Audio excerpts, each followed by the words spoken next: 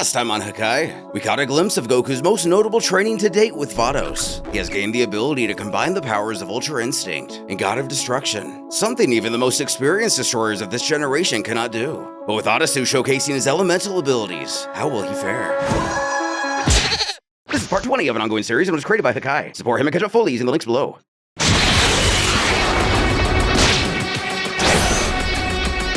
Noticing he used his wind barrier to dodge that punch.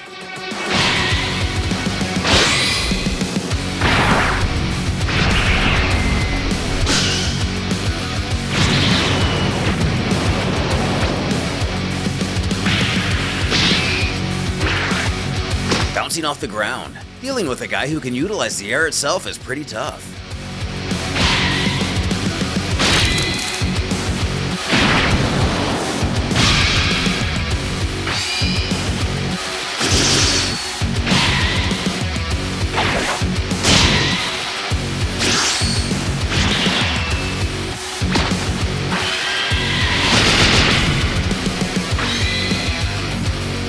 Multiple vines fire from the dirt and surround our hero. He wonders what the heck these things are made of, when a voice echoes out in his head, laughing that he noticed. It's Odisu. He's speaking using telepathy. Continuing, when a natural element is under the influence of his magic, it stops being, well, natural as one could put it. They also gain attributes akin to his own power. A mere tree vine that would usually be as fragile as a toothpick, with him, becomes extremely resilient. Launching a spear, the monster screams that this also applies to whatever he creates.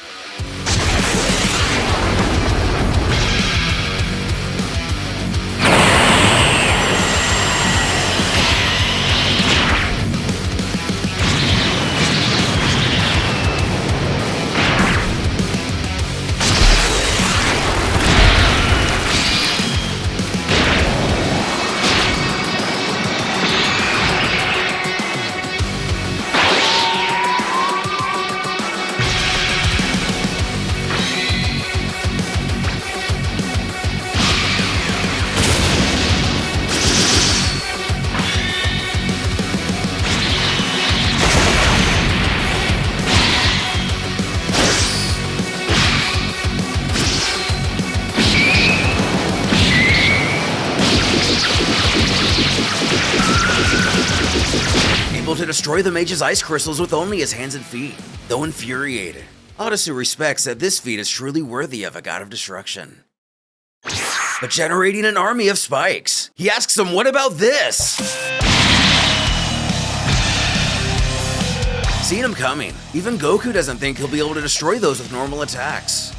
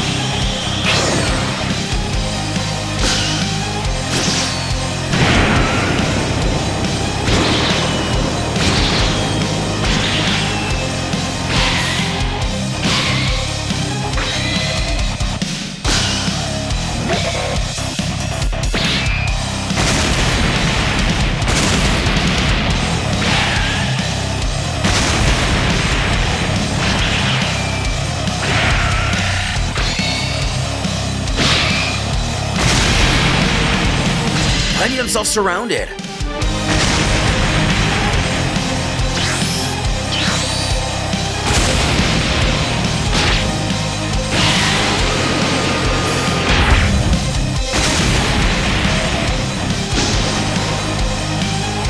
Taking that last attack head on.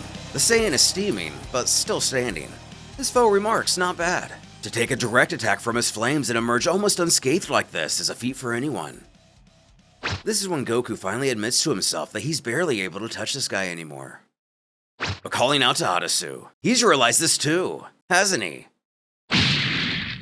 Who bellows that his magic allows him to dominate the entire environment. This whole planet as a slave to his will. It's his shield and his sword.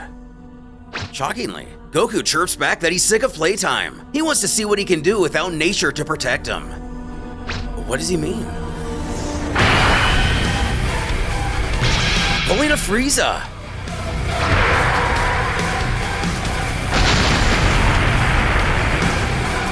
Goku seems to destroy the very planet the two are on. How will he and his adversary survive in the void of space? Surely the Saiyan would never do this and not have an ulterior plan in place. But what could it possibly be? Not that anybody should have believed this would end the fight. Odisu emerges in a ball of energy, which possibly contains a steady supply of oxygen. He's gotta admit that he's pretty astounded with Goku's strategy. He didn't think he'd actually destroy the planet like that. But if he thinks such a thing would hurt him, he's really naive. Teleporting back, the Saiyan scoffs he already knew that an attack like that wouldn't affect him. He just couldn't take any more of that cowardly way he was using the planet to face him. But cowardly? What does he mean by that?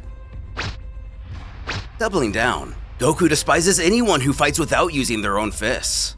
For him, to fight hiding behind the environment is reserved only for cowards. Causing Odisu to grumble that his adversary really is a fool, it seems that he still doesn't comprehend what it means to be a god. Though if that's how he feels, our hero goads, why doesn't he teach him then? Who's happy to oblige? Growing a devilish grin, Odisu relishes that to dominate is to be one. They gods are above everything and everyone. To use what is beneath them, like the universe's planets and mortals alike, it is all their right. Everything exists to serve the gods, and to dominate everything is theirs by right. These things have only been created to be used as they see fit as part of their divine rule. Goku calls back that's all nonsense. The gods must care for all those beings, and not simply use them as pawns however they see fit. It is their duty as the stronger to care for those who are beneath them. It is they who must act to the benefit of their followers. They must be leaders. The mage only finds this ideology foolish. If the gods are those who rule all things, when they use those below them to their own benefit, it means those being used benefit the most. But the Saiyans had enough of his mental gymnastics. He can't bear to listen to another second of his nonsense. He demands Odisu prepare himself. Now that he can't control the natural resources of a planet, this will be his end. This attitude prompts a reach from the villain. Goku may be a god, but still possesses the heart and mind of a mortal. Someone like him, that chains himself with the rabble, the disorder that is all mortals, will never be able to become a god of excellence. The rabble? Thinking of his family. Odisu breaks the silence to start the fight once more, as the mage sheds the cloak he's adorned this entire battle. Goku notices that the clothes he wears now are identical to Mr. Paikon's.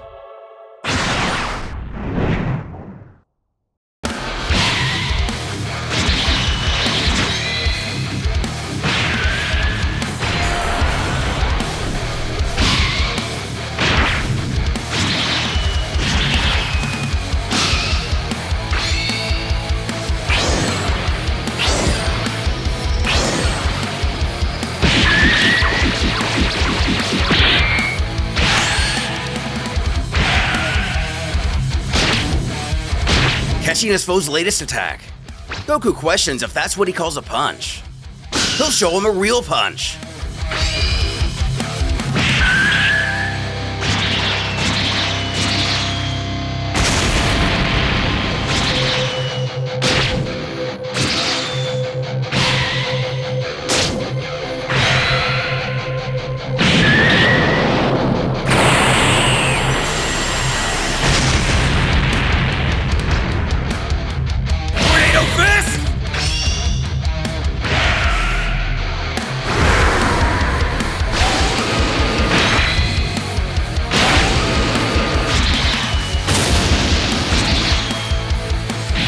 Apparently picking up some elements from the planet he just went blasting through. The mage is once again able to utilize his airbending technique, though hopefully it's just for this one instance. Embedded in rock, Goku thinks to himself that this guy is really tough even without all his powers. He can't beat him like this. What is he missing? Remembering just moments ago, when Odisu claimed that he chooses to chain himself to the rabble, which is essentially a disorderly crowd according to my American education, But since he chooses to align himself with what Odisu sees as lower life forms, he will never be able to be a god in or of excellence. But who does this guy think he is talking about mortals like that? At the same time, now that he realizes it, is a Saiyan not also guilty of the same? He promised to fight like a god of destruction, a style that is completely different to what's been taught to him his whole life. Again, jumping back in time a bit, right before Goku left to begin his initiation, it was Krillin who taught him to never forget his essence and origin as an Earthling. Then Roshi added to go show those gods the power of the Turtle School. This isn't right. He is Son Goku, god of destruction, but he is also Son Goku, the Saiyan of Earth. If he accepts what he is now but without denying his origins, he knows he can win. Lightning Spear!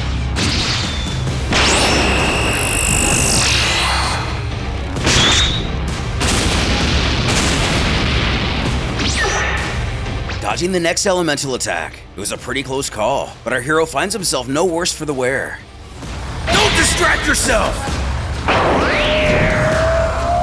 As the mage plunges his fist into Goku's chest, this battle is all but over.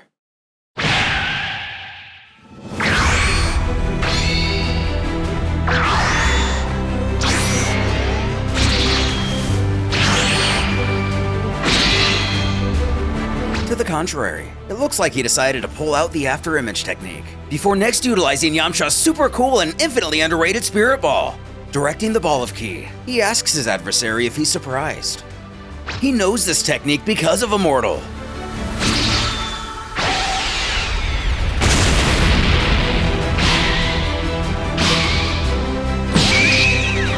Before next whipping out Tien's Taioken, aka the Solar Flare.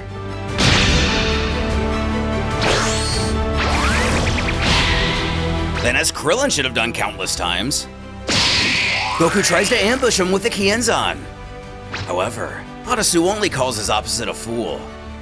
Does he really not think that he can sense all of these attacks and where they're at? This blindness means very little to him. Death Ball! While not Frieza's Death Ball, unfortunately, the Magic Man uses his own technique to shield him from attacks while his sight recovers. This way, he can rest assured none of the Saiyan's errant shots will get a lucky hit. Then again, that might not even be necessary anymore. Looks like his vision has returned sooner than expected. Appearing right in front of him, Goku uses a little combo that was pretty effective against Cell. At the same time, he bellows for Odisu to feel the power of the mortals that he despises so much.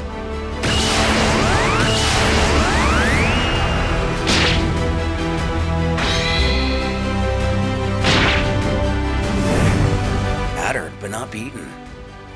Goku looks on at his opponent and smiles. All those attacks that he just used were taught to him by the mortals, the same ones that the mage hates so much. How does he feel about that? Not saying much, but also saying all we need to hear at the same time. The mumbled curses of the deity confirm more than his body has taken damage. Damn you! Let me out! Before Goku's inner destroyer tries to take control. This is the force that's driven out of our hero upon pushing himself too far with his God of Destruction powers. Composing himself, he utters that it seems he got really close to his limits during this battle, so he decides he better end this before he loses control again. While Goku's desire is to destroy Odisu completely, first he must obtain important information. Also, he wants to know why he wears the same robes as Mr. Pycon. He may just take him to Miss Vados to help decide what to do.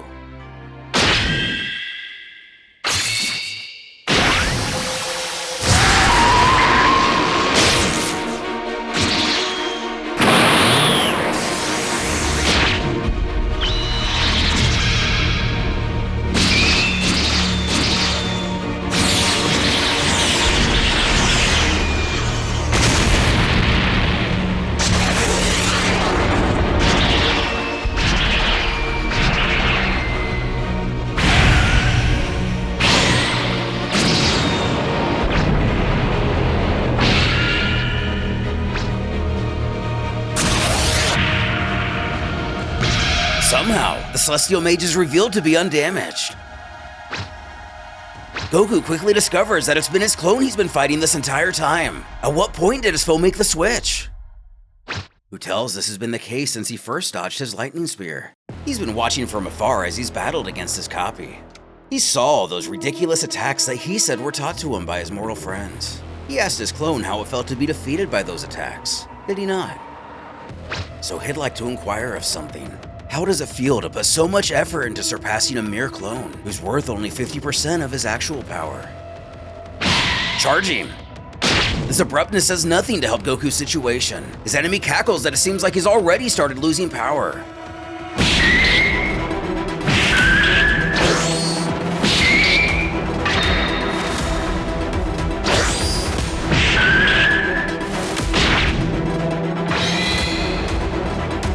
There's nothing more pathetic than a fellow god in such pitiful condition.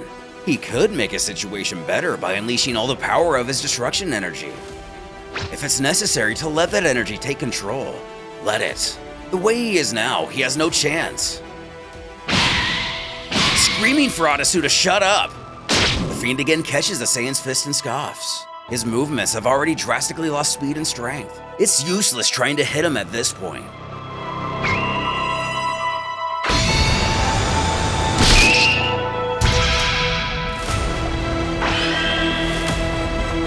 Possibly breaking Goku's arm. Not only does he lurch over in pain, but also falls back to his base state, prompting Odisu to sinisterly question if he wants to know the reason why he'll never defeat him.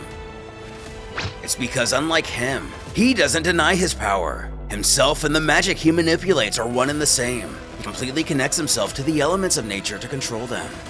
Goku, on the other hand, is in a constant fight with his own power. Even in this depressing situation, he refuses to completely unleash the power of his destruction energy because he can't control it. Not only that, he actually fears it. But even if he doesn't want to release his power, there is a way to force it out of him.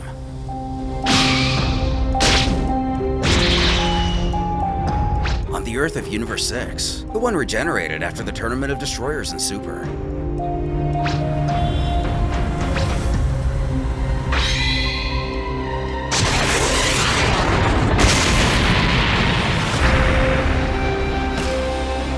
Crash landing on this world, and luckily not just blowing through it, our hero knows he can't fight anymore. He's at the extreme limit of his energy he can use without losing control. Naturally, his sudden presence causes a bit of a stir with the locals. They gather to see what exactly has happened. Looking up, Goku recognizes the onlookers as Earthlings. That must mean he's on Earth. With Odisu charging an attack overhead, he shouts for everyone to get away from here this instant. Even the humans noticing they're in danger. The Saiyan pleads with his aggressor not to do it. These people have nothing to do with their battle. Only grinning, the newest destroyer doesn't remember what the mage said earlier, does he? The mortals only exist to serve the purposes of the gods. And at this moment, there is a purpose they must serve.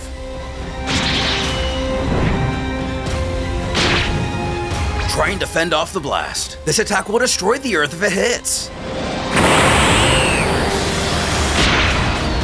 His destroyer side demands to be released at once. He'll never make it as he is now.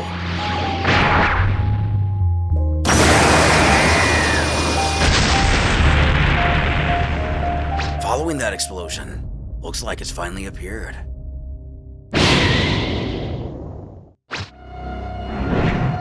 Goku's Hakai form has taken over.